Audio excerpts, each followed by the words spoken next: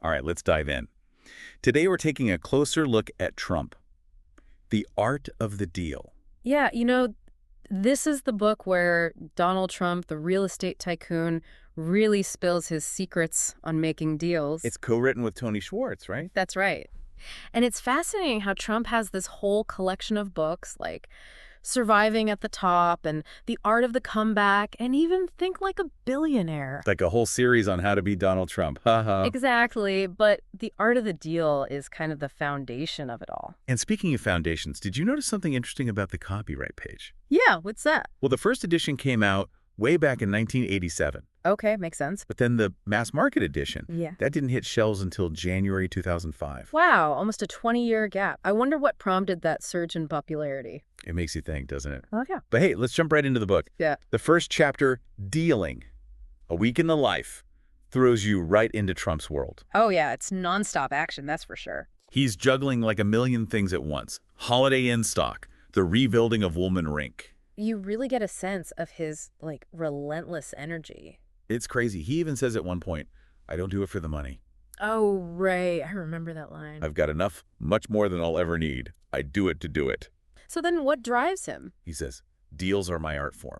Like, he compares deal making to art. I mean, he does approach it with a certain flair, you have to admit. Totally. And the book gives us these little glimpses into his management style. Oh, yeah, like with Norma Forder, his executive assistant. She's basically the gatekeeper, keeping his schedule from completely imploding. And then there's that whole episode with Abraham Hirschfeld, the real estate developer. Who Trump ends up advising on this, super tricky political situation.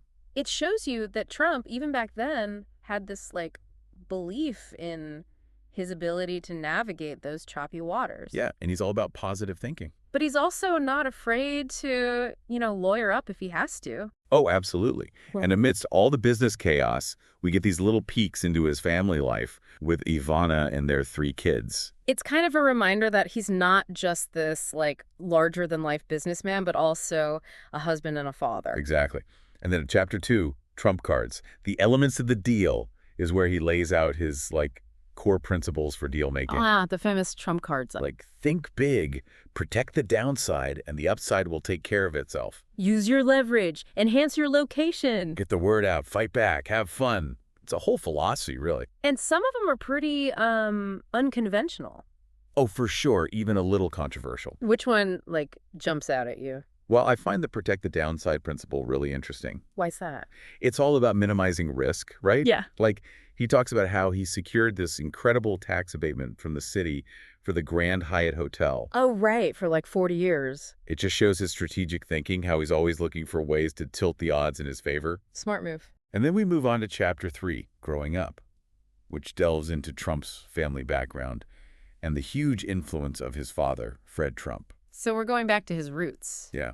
Fred was a big-time builder in Queens and Brooklyn. Oh, yeah, known for his no-nonsense approach, right? Totally. And the book tells the story about how King Cullen Supermarket wanted to rent space in one of Fred's buildings. So a classic landlord-tenant situation. But here's the thing. Fred wasn't just satisfied with the base rent. What did he do? He insisted on getting a percentage of their sales on top of that. Whoa, that's pretty savvy. Right. It shows how he was always thinking about maximizing his assets. Makes you wonder where Donald got it from, haha. It's in the genes, I guess. But it's interesting because Donald wasn't exactly a carbon copy of his father. I mean, they were both successful businessmen, but Their personalities were totally different. how so? Fred was all about, competence and efficiency, building things that work. The nuts and bolts guy. Yeah, whereas Donald, he was always drawn to the more dramatic and grand, Oh, yeah, he wanted to create something spectacular, something that would make a statement. Exactly. And the book touches on his siblings, too. Marianne, Freddie, Elizabeth, Robert. So we get a sense of the whole family dynamic. And how all those different personalities and relationships might have shaped him. Right, it's like a glimpse behind the curtain. Totally.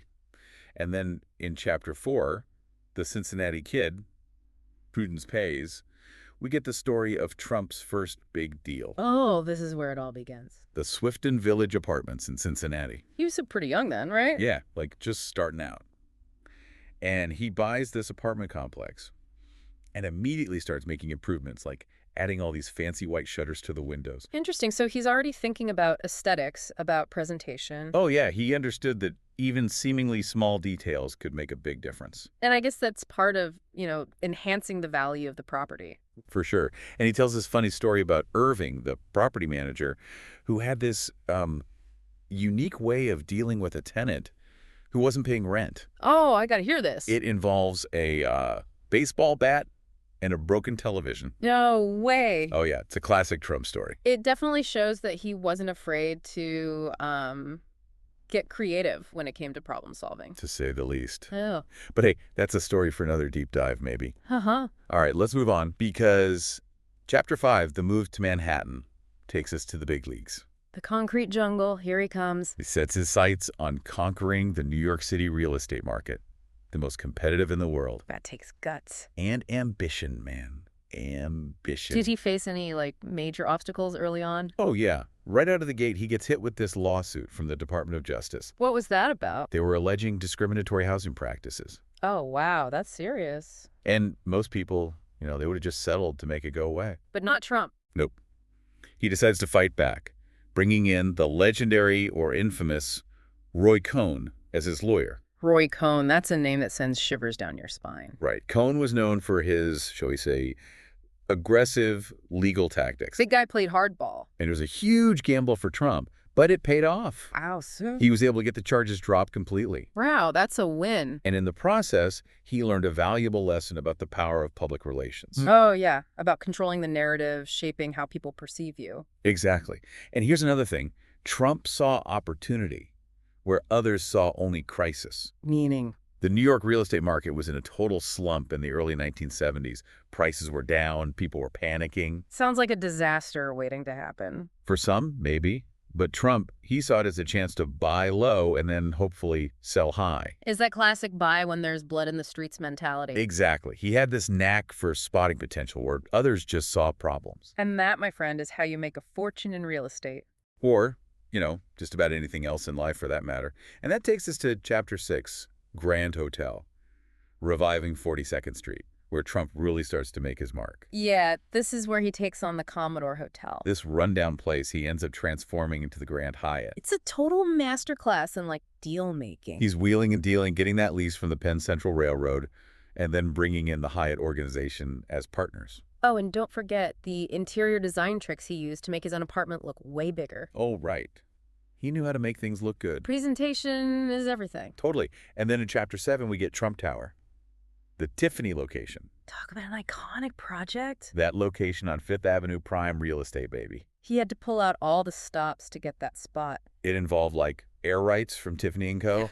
and navigating a ton of zoning regulations. Sounds complicated. It was. But that's Trump for you. Think big. He always wanted to go big. Not just another office building, no way a landmark. A symbol of wealth and success. With his name on it, of course. And he did it. Trump Tower, an instant icon. Then in Chapter 8, Gaining, the building on the boardwalk, Trump enters the casino world. Atlantic City, here we come. A whole new game with big players like Resorts and Golden Nugget. A challenge for sure, but Trump never backed down. He jumped right in financing Trump Plaza with junk bonds. Junk bonds, that's a risky move. A high risk, high reward. And in this case, it paid off. Big time. Trump Plaza was a hit, but things get even more intense in Chapter 9, Windfall, the battle for Hilton. Oh, yeah. This is where he goes head-to-head with Baron Hilton for control of the Hilton Hotels Corporation. Corporate warfare lawsuits, stock purchases, PR campaigns, the whole 9 yards. They're both playing for keeps. And in the end, Trump comes out on top. Getting the Hilton Casino in Atlantic City. Which he quickly renames Trump's Castle. Oh, God, I love that branding.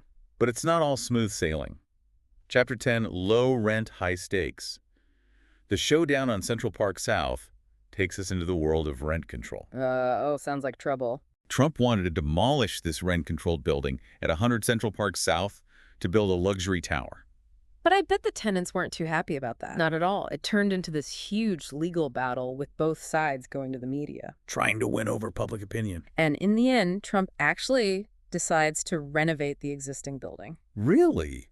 That's surprising. It's like he knew when to fold them. A rare moment of compromise. But then, in Chapter 11, Long Shot, the spring and fall of the USFL, he's back to his old ways. What's the USFL? The United States Football League. Oh, okay, so we're talking football now. Yep, Trump buys the New Jersey Generals and starts signing big-name players like Herschel Walker. Trying to take on the NFL. He even pushed to switch the USFL season from spring to fall to compete directly with them. That's a bold move. Yeah, but it didn't work out. The USFL folded after just a few seasons.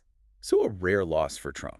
It happens to the best of us, but even in defeat, he found a way to spin it. Yeah, he claimed the USFL's antitrust lawsuit against the NFL totally vindicated him. Even though they only got $1 in damages right. A symbolic victory, but a victory nonetheless. He's a master of spinning things to his advantage. Oh, absolutely. And then in Chapter 12, Ice Capades. Rebuilding Woolman Rink. He's back in the spotlight. What did he do this time? He took on the Woolman Rink in Central Park, you know, that ice skating rink. Oh, yeah, the one that the city had been trying to fix forever. For like 6 years, they couldn't get it done. What happened? Bureaucracy, incompetence, you name it. Sounds about right. So Trump steps in, says he can fix it in 6 months for way less money. No way did he pull it off. He did under budget and ahead of schedule. Classic Trump. He even used the whole thing as a way to contrast his, efficiency with the city's bumbling. Smart move. Publicity genius. But then it gets even bigger in Chapter 13. Comeback. A West Side story. Bigger how? He sets his sights on the West Side Yards, this massive property on Manhattan's West Side. Okay, so we're talking a huge development project. Huge. He wanted to build the world's tallest, building a whole complex of luxury apartments, offices, retail space. So man thinks big. No kidding. And he loved the attention, the challenge, the sheer scale of it all. He brought in Helmut Jahn, the famous architect, to design it. The whole thing was a testament to his ambition, his belief that he could literally reshape the skyline. And then the final chapter, the week that was, how the deals came out. It's like a wrap-up of all his projects. So how did it all shake out? Well, the Grand Hyatt and Trump Tower were huge successes. Of course. But he had some setbacks, too, like his attempt to get a gaming license in Las Vegas. Not everything can be a home run. But one detail really jumped out at me. He mentions buying an airplane that year. An airplane. Yeah, it's like he's literally taking off, soaring to new heights. Ready for the next challenge. Exactly. And little did he know that challenge would eventually lead him to the White House. It's funny how this book, The Art of the Deal, almost foreshadows his political career. Right. The focus on winning, the aggressive tactics, the self-promotion, it's all there. So what do you think? Did Trump's deal-making style translate to the political arena?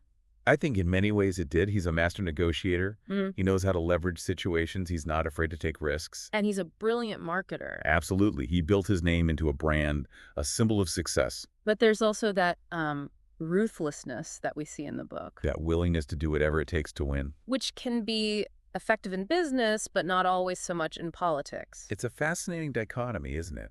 This blend of brilliance and, let's just say a certain lack of subtlety. Makes for a compelling story, though, that's for sure. Absolutely. Well, that was quite a deep dive into Trump. The Art of the Deal. A real roller coaster ride. We covered a lot of ground from his early days in real estate to his forays into casinos and football, and even his foray into public service with the Woolman Wink. He's certainly a complex and controversial figure. No doubt about it. But one thing's for sure, he knows how to make a deal. And how to tell a story. Exactly. So what are your takeaways? What did you find most insightful about Trump's approach to deal making? We'd love to hear your thoughts. Let us know in the comments below. And as always, thanks for joining us on this deep dive. We'll catch you next time.